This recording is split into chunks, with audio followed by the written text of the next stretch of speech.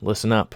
We're talking about an indie game today. Is there loot in it? Yes, there is. We'll get to that very shortly, trust me, but first, a small introduction to the game so you don't get lost and know what the heck we're talking about. My name is just Jared, but you can just call me Jared no matter what my channel name still says.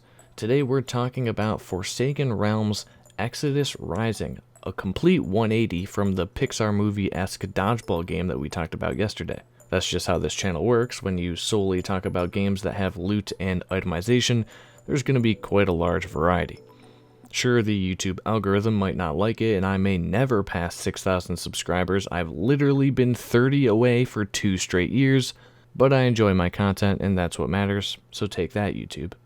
Got a bit sidetracked there. I hope you're still here, because the purpose of this video is to talk about this hidden gem of a game and try to make it a little less hidden. Exodus Rising is not a dodgeball game, but instead a story-driven, semi-open world action RPG developed by a studio called Titan Rock, with a planned release sometime later this year on PC, then later possibly on consoles. What you're seeing right now is very early gameplay as the game is still in development. That being said, it already looks pretty impressive, that's why it caught my eye. Set in the fantasy world of Leda, a name that reminds me of a Skyrim character but can't remember which one, find her for me, thanks editor. You play as a mercenary hired by a combined order judge and his guardians to aid them in their journey into the depths of the Barathrum forest. Guided by unknown forces, you find yourself within the long-abandoned city of Varen, another name that reminds me of another character I think from Dragon Age, find him for me, thanks editor. Off limits to all but a few, Varen harbors dark secrets, secrets that refuse to stay hidden, much like hopefully this game refuses to stay hidden. Did you see what I did there? I'm an absolute wordsmith. You're able to create your own character before you begin exploring the fantastical world of Leda. Once you begin your journey, you can embark on the main quest as well as side missions, arguably the best part of RPGs. Discover secrets including chests with loot, that's what I'm talking about. The game features skill trees so you can freely tailor your character to your own playstyle, as well as attributes you can focus on like health, stamina, attack, defense, magic, and alchemy. Customization is key is what I always say, so it's good to see player choice and build freedom be a focus point for the devs. I could go on and speculate more and more when it comes to this game, but as always, if you want to know as much info as humanly possible right now, I'll leave all the links for Exodus Rising's content in the description and pinned comment, including their Twitter, Steam, and YouTube page. But let's move on and talk about that sweet, precious loot, and take a look at what itemization mechanics are in store for us in Exodus Rising. Do remember, as this is early footage, some things could be changed once the game is fully out, so keep that in mind. But with the info available to me, this is what we got. Slots for gear include helmet, chest, gloves, boots, and pants, including a slot for your weapon of choice and a shield.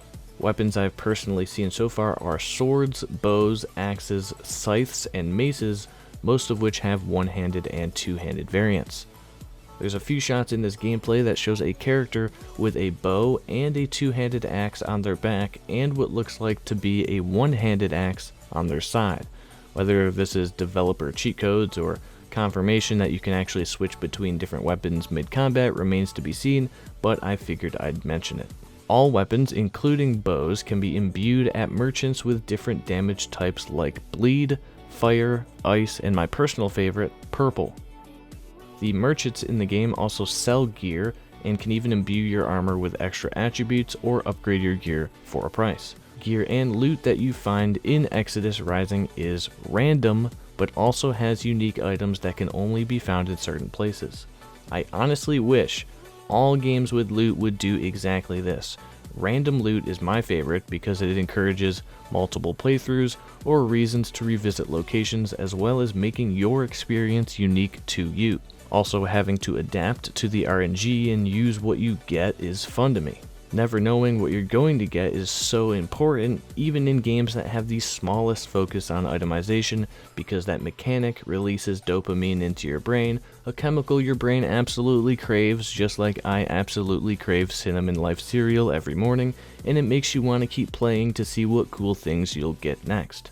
Adding unique items that you can only get in certain places from certain enemies, or as rewards for certain side quests, balances that randomness out, removing the possibility of players being let down after doing something significant, making sure you're always rewarded justly. Random loot also usually implies that gear will have rarities, but I don't think that's been officially confirmed yet, so there's that.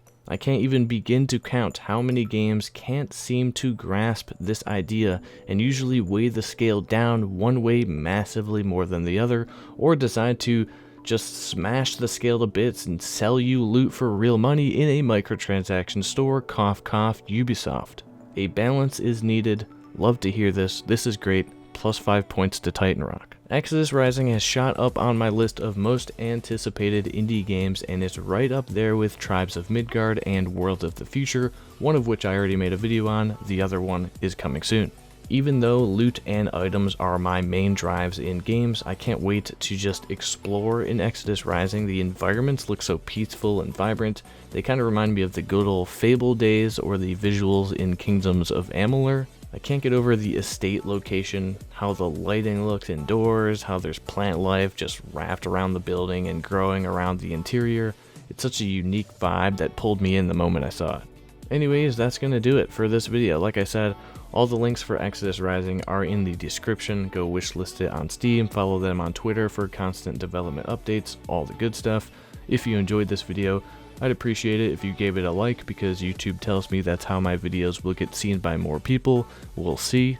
Subscribe for more videos like this where we talk about games with a focus on loot and itemization mechanics. And if you subscribe, within the next fortnight, that's 2 weeks, I'll personally give you a limited edition box of Cinnamon Life cereal imbued with purple.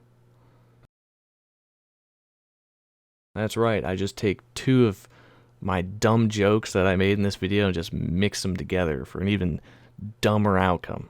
But you didn't see it coming, so subscribe. Have a good one. Peace out.